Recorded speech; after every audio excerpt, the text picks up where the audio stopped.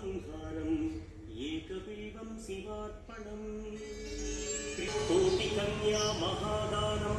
तिलपर्वतकोटयः काञ्चनं सेनदानेन एकबिल्वं शिवार्पणम् माधवं दृष्ट्वा एकबिल्वं शिवार्पणम्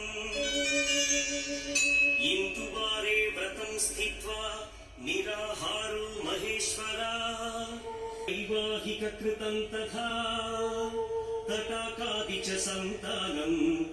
एकबिल्वं शिवार्पणम् अखण्डबिल्वपत्रं च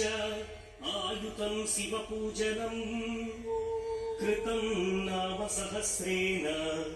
एकबिल्वं शिवार्पणम्।